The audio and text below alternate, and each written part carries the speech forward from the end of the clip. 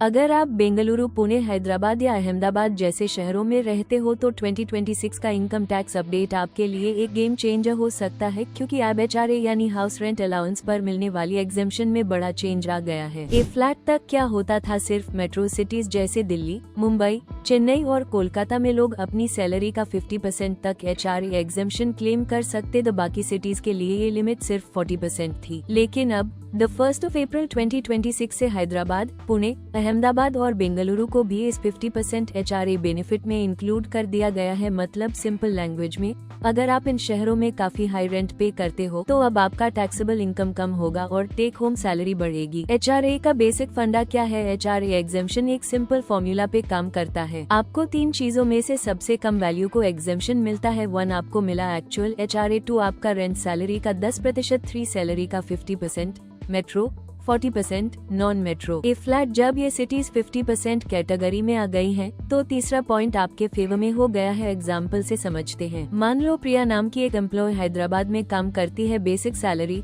₹50,000। पहले क्या होता था? Max limit 40% of salary ₹20,000। तो चाहे प्रिया ज्यादा रेंट दे रही हो, उसका एग्जेम्पशन ₹20,000 से ज्यादा नहीं होता। ए फ्लैट क्या होगा? New limit 50% ₹25,000। ए फ्लैट वो फुल HRA का बेनिफिट ले सकती है। रिजल्ट टैक्सेबल इनकम कम हो जाएगा, सेविंग्स बढ़ जाएगी, टेक होम सैलरी इम्प्रूव होगी।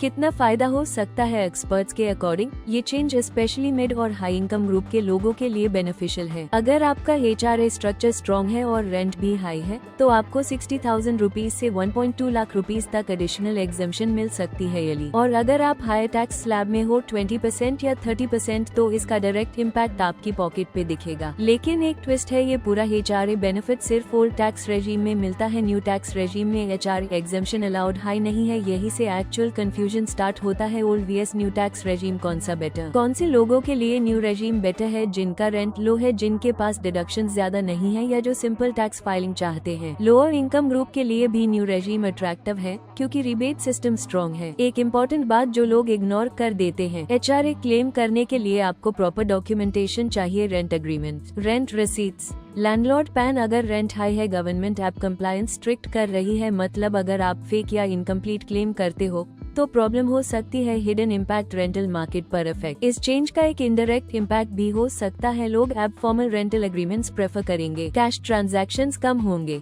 रेंटल मार्केट और ऑर्गेनाइज्ड हो सकता है। सैलरी प्लानिंग भी इम्पोर्टेंट है। अगर आप सैलरीड एम्प्लॉय हो तो आप अपनी सैलरी स्ट्रक्चर को ऑप्टिमाइज कर सकते हो। HRA आइडियली 50% के आसपास हो, रेंट रियलिस्टिक हो, डॉक्यूमेंटेशन प्रॉपर हो। इससे आप मैक्सिमम टैक्स बेनिफिट ले पाओगे। 15 से 30 लाख इनकम वाले लोग ध्यान दें, इस इनकम रेंज में डिसीजन थोड़ा ट्रिकी हो जाता है। यहाँ HRA डिडक्शंस का इम्पैक्ट सिग्निफिकेंट होता है, लेकिन न्यू रेजिम के लोअर टैक्स रेट्स भी टेम्पटिंग होते हैं। इसलिए यहाँ केस बाय केस कैलकुलेशन जरूरी है। Final take away, income tax 2026 का ये HRA चेंज एक टारगेटेड बेनिफिट है, सबके लिए नहीं, लेकिन जिनके लिए है उनके लिए काफी पावरफुल है। अगर आप हाई रेंट सिटी में रहते हो और आपका HRA स्ट्रॉन्ग है तो ओल्ड रेजिम आपको ज्यादा बेनिफिट दे सकता है। लेकिन अगर आपके डिडक्शंस लिमिटेड हैं या आप सिंपल सिस्टम चाहते हो तो न्यू रेजिम बेटर हो सकता है। सबसे स्मार्ट अप्रोच क्या है? हर साल एक बार दोनों रेजिम्स का टैक्स कैलकुलेट करो, कंपेयर करो, जो सस्ता पड़े वही चूज करो, क्योंकि इंडिया में टैक्स रेजिम चॉइस फिक्स्ड नहीं है, आप हर साल चेंज कर सकते हो। 2026 का टैक्स रूल सिंपल नहीं है, स्मार्ट है। जो समझा वही बचा, जो बिना कैलकुलेट किए चूज करेगा